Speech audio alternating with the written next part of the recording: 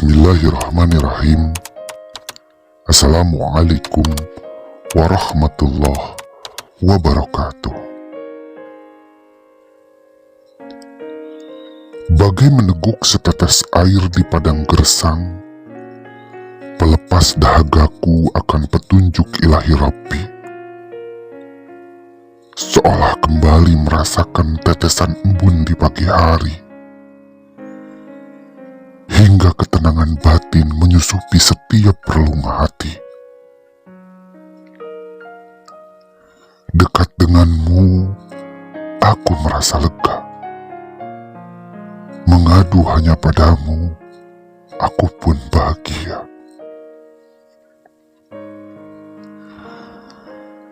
Begitulah coretan tangan saya dalam lembar diary yang selalu setia menemani hidup saya. Dari mulai segala kesulitan sampai pada titik di mana saya mampu menemukan jawaban Tuhan dengan berbagai kepelikan yang terjadi. Betapa bahagianya hati ini dengan kepasrahan kepada ilahi Rabbi.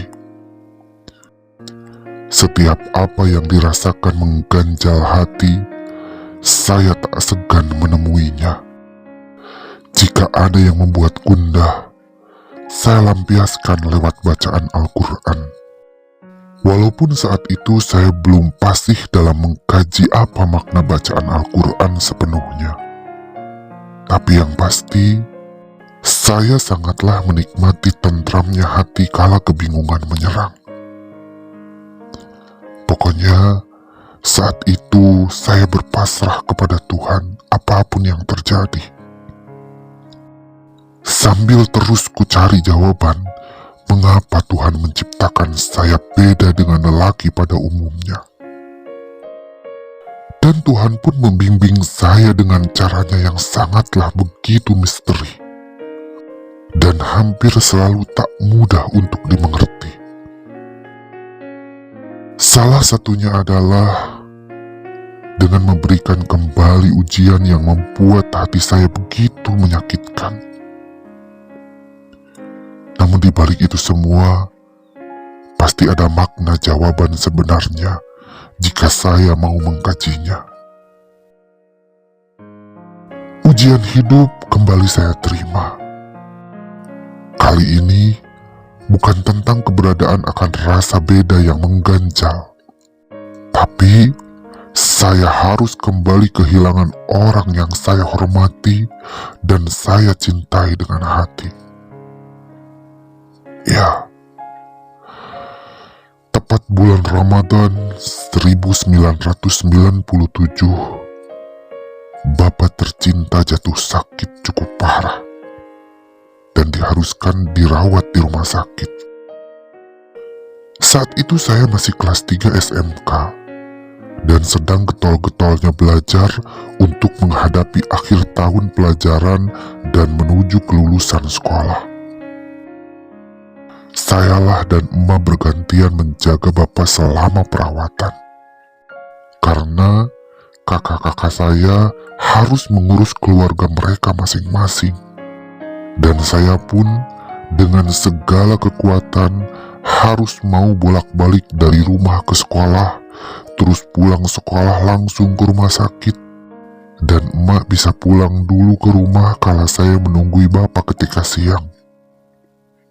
Nanti ketika malam tiba, emak kembali ke rumah sakit dan saya bisa pulang untuk mempersiapkan esok harinya sekolah.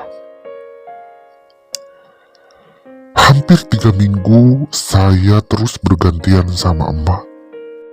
Padahal kala itu Eptanas sekolah tinggal beberapa minggu lagi dilaksanakan. Berat memang yang kurasakan, tapi kujalani semua itu sebagai tanggung jawab seorang anak untuk bapaknya yang sedang tidak berdaya. Saya tidak mengeluh. Saya terus mencoba menjalani semua itu dengan sabar. Dan saya tidak memperlihatkan keputusasaan akan kesembuhan Bapak. Di tengah sakitnya, Bapak semakin dekat dengan saya. Padahal, dulu ketika sehat, saya mungkin tidak begitu dihiraukan. Begitulah kehidupan saya. Dan dengan kedekatan itu, saya bersyukur. Bapak selalu menasehati saya untuk selalu sabar menjalani kesulitan hidup. Bagaikan sembilir angin yang menyapu wajah saya dengan lembut. Saya merasakan kesejukan mendengar setiap nasihat Bapak. Beliau juga sering mengingatkan saya untuk rajin sholat dan berdoa kepada Allah demi kebaikan hidup saya. Dan saya merasakan saat itu kedekatan saya bersama Bapak benar-benar melekat di dalam hati. Saya pun terus mencoba mengikuti nasihat Bapak, hingga saya pun merasakan perubahan yang luar biasa dalam hidup ini. Saya benar-benar lebih pasrah menerima keadaan diri ini yang beda yang Tuhan ciptakan. Dalam pemikiran saya tertanam kuat sebuah bisikan. Hidupku memang sudah begini. Tak ada yang bisa diubah selain memohon kepada Allah yang Maha Pemberi kehidupan agar saya kuat bertahan di jalannya. Banyak waktu saya manfaatkan untuk merenung dan berdoa setelah sembahyang. Saya terus mencari makna dan rahasia yang sebenarnya di balik semua ketentuan Allah yang digoreskan untuk hidup saya. Kesehatan Bapak semakin memburuk setelah hampir 1 bulan dirawat di rumah sakit. Dan karena keterbatasan biaya saat itu, keluarga pun sepakat untuk merawat Bapak di rumah saja. Namun, 6 hari menjelang Lebaran Idul Fitri tahun 1997, Bapak pun tak mampu bertahan. Saya harus kehilangan kembali sosok yang saya sayangi.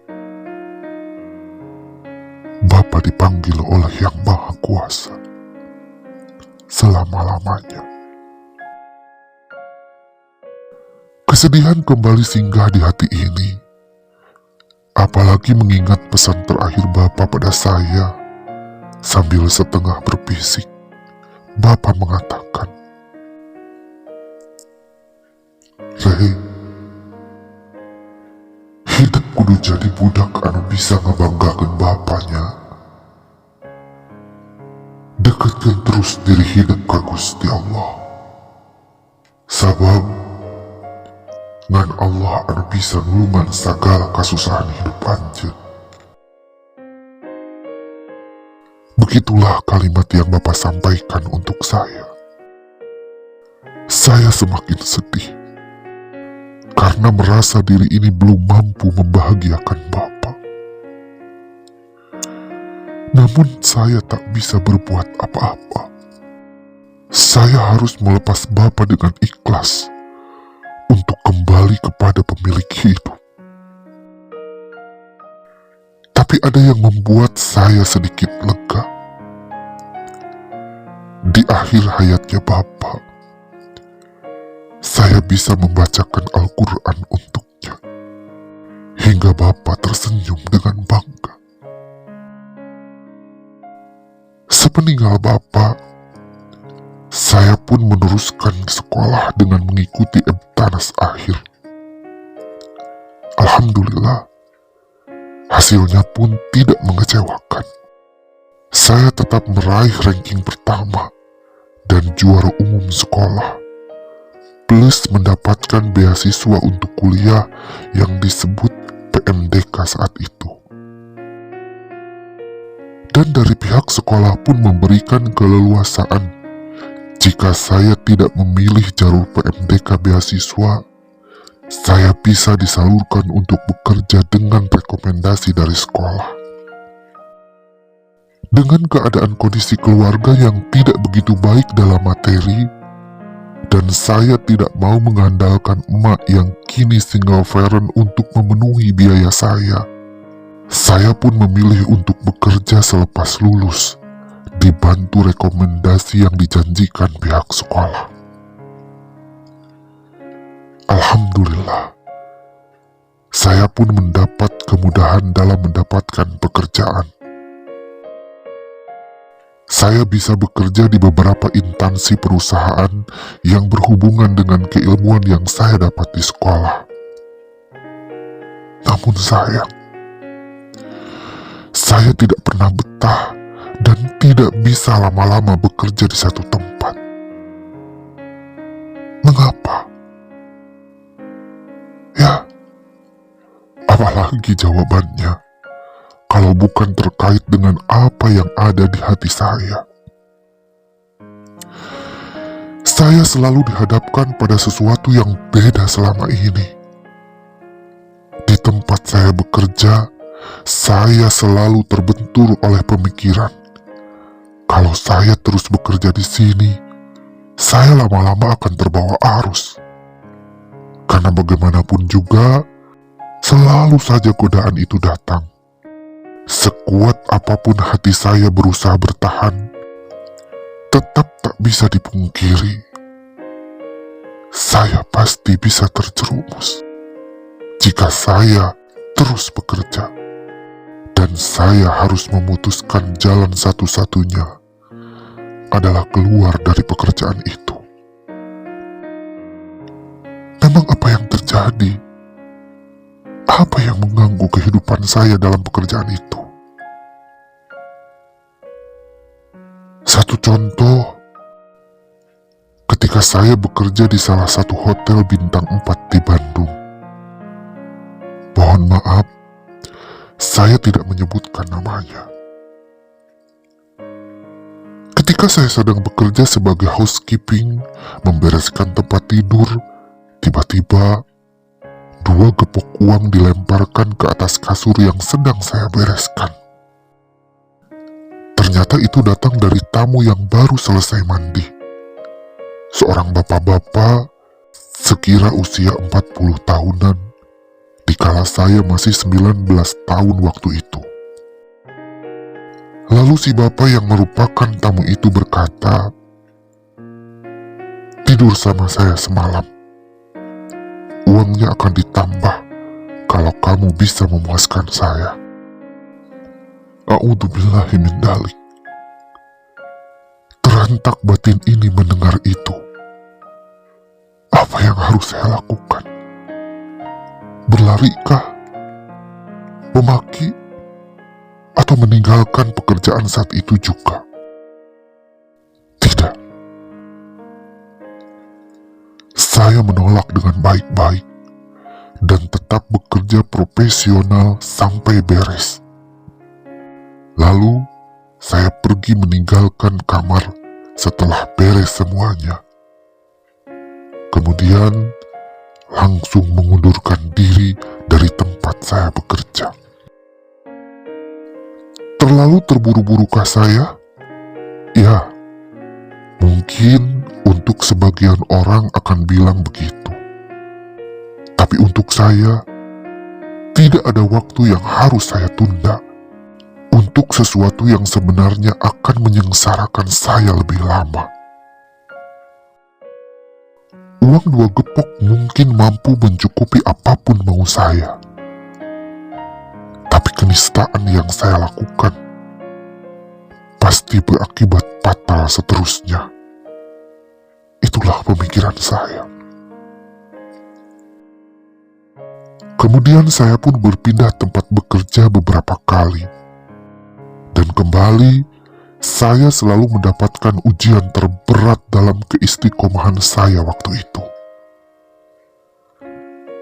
Tidak ada tamu yang mengganggu. Tidak ada atasan yang membenci atau galak kepada saya. Namun dari sisi pertemanan atau rekan kerja, datanglah godaan itu. Saya kebetulan saat itu bekerja sebagai pramusaji di bar sebuah hotel yang masih ada di Bandung. Setiap selesai pekerjaan, Selalu saja teman-teman kerja ngajak saya untuk mabuk-mabukan, ngajak pesta seks sesama jenis, dan berbagai macam tawaran silih berganti menghampiri. Kembali saya bersyukur kepada Ilahi Robbi untuk saat itu. Karena saya masih disisakan setitik iman untuk bisa menolak apapun bentuk bujukan teman-teman. Sehingga saya dicap sok suci, munafik, dan sebagainya. Saya telan itu semua. Dan satu-satunya jalan, saya harus menjauhi tempat itu. Dan saya pun keluar kerja lagi. Berat memang harus menanggung rasa ini. Di balik keinginan untuk mencoba melepaskan diri dengan apa yang sebenarnya saya akui saya suka. Tapi hati sebelah kanan selalu berbisik, "Jangan, Rey, bertahanlah. Tuhan Maha melihat." Itu selalu terngiang dalam benak saya setiap kali godaan itu datang. Sampai akhirnya, saya pun memutuskan untuk diam di rumah tanpa pekerjaan. Hampir 1 tahun saya tidak bekerja. Saya pun mengisi hari saya dengan banyak beribadah, mempelajari ilmu agama dari buku-buku yang saya beli, dan sesekali pergi ke pengajian-pengajian para penceramah yang sering diadakan di kota Bandung ataupun di sekitaran rumah saya. Semua itu saya lakukan tidak bukan dan tidak lain untuk lebih meyakinkan hati saya bahwa meskipun saya beda dan memiliki hasrat menyimpang, tapi saya adalah tetap makhluk ciptaannya juga.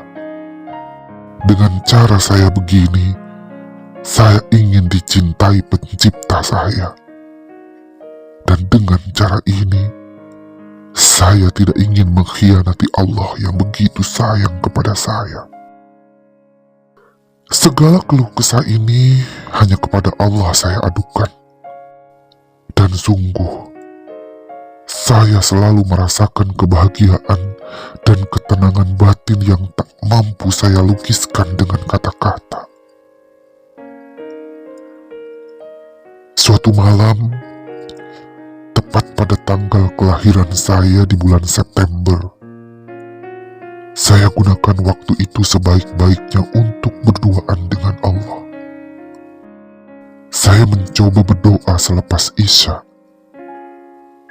Sampai akhirnya, saya menangis terseduh di hamparan sajadah mushola kecil di samping rumah saya yang dulu pernah saya datangi untuk memaki Tuhan.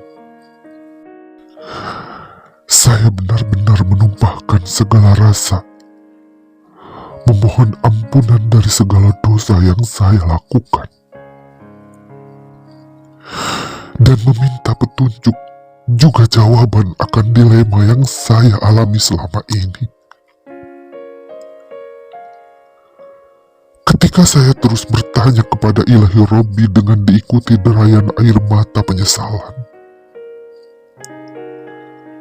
terbersik sebuah bisikan di dalam hati saya. Seperti sedang bergumam, tapi jelas itu kata-kata bukan dari mulut saya. Sekarang kamu sudah jadi begini. Terus apa yang akan kamu lakukan? Kepada siapa kamu akan adukan semua ini? Kamu mau marah? Kamu mau menyerah? Ataukah kamu mau pasrah? Sebuah pertanyaan yang mengoyak batin ini penuh haru.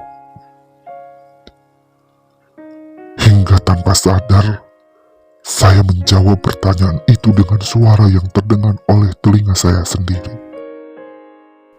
Hanya kepada Engkau ya Allah tempatku mengadu. Hanya padamulah aku pasrahkan diri ini. Maaf atas segala dosa yang hamba lakukan. Ampuni hamba ya Allah. Begitulah yang terjadi malam itu.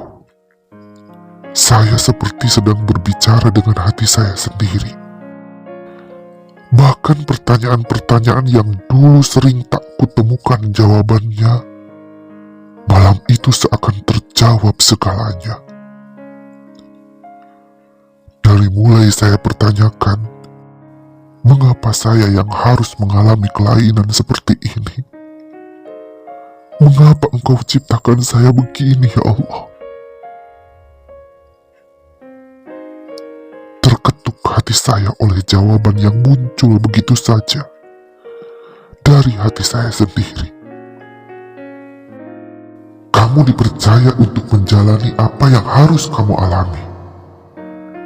Kamu kuat, dan kamu bisa menjadi yang terbaik dengan cara ini. Orang lain belum tentu bisa bertahan seperti kamu.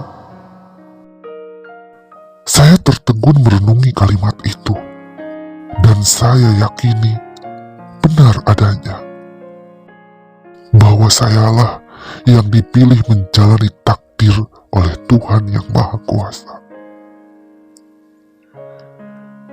Ada kelegaan yang luar biasa dalam hati saya, dan saya semakin bertekad untuk tetap kuat menjalani ini di jalan Allah Subhanahu wa Ta'ala. Pertanyaan lain mengenai percintaan saya dengan Boy pun saya ajukan kepada Tuhan. Mengapa saya harus dipisahkan ketika saya sedang bahagia bersama dia? Sungguh menyakitkan rasanya saya kehilangan orang yang saya cintai. Dan hati saya pun menjawab, jika dia tetap ada, jika dia tetap bersama kamu, kamu tidak akan mampu seperti sekarang mendekati Tuhan. Dia bukan untuk kamu. Dia tidak pantas berpasangan denganmu. Maka berpisah adalah jalan untuk mengakhiri kesakitan yang lebih lama kelak. Bahagiamu bersama dia hanya semu. Senyum dan cinta kalian adalah palsu, karena kamu tak pernah bahagia sesungguhnya ketika bersama dia. Terhenyak saya mendengar jawaban demikian dari hati saya sendiri. Iya, benar. Saya akui benar adanya. Jika saya terus bersama Boy, mungkin saya akan terlena dalam dosa yang semakin menggunung. Entah apa yang akan terjadi jika Boy masih ada bersama saya. Mungkin saya tak akan memiliki kesempatan untuk lebih tenang seperti malam ini yang saya dapatkan. Terima kasih ya Allah atas kasih sayang-Mu. Terima kasih atas kesempatan yang Engkau berikan kepada hamba yang lemah ini untuk memperbaiki semua kesalahan. Semoga Engkau mengampuni hamba dari kesalahan yang lalu dan membimbing hamba untuk lebih baik lagi ke depan, istiqomah di jalan-Mu. Walaupun hati dan diri ini tetap seperti dulu, kutekadkan dalam hati untuk tak terjerumus ke jurang kehinaan dengan pertolongan Allah Subhanahu wa Ta'ala. Wallahu a'lam bishawab.